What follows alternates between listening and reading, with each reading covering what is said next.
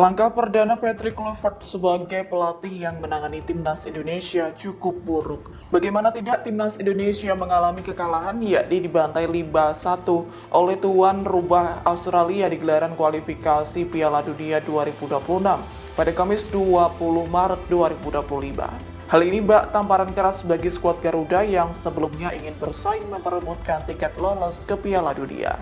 Lantas, janji manis Patrick yang ingin mengubah gaya pemain timnas ini berubah menjadi petaka. Memang skuad Garuda menjadi berani menyerang dan memegang bola saat menghadapi Australia yang 100 tingkat lebih baik di ranking FIFA.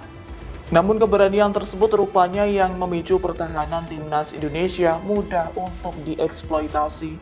Dilansir dari tribunnews.com, gaya permainan Patrick kali ini berbeda dengan era pelatih Sinteyong. Download Tribun X sekarang, menghadirkan lokal menjadi Indonesia.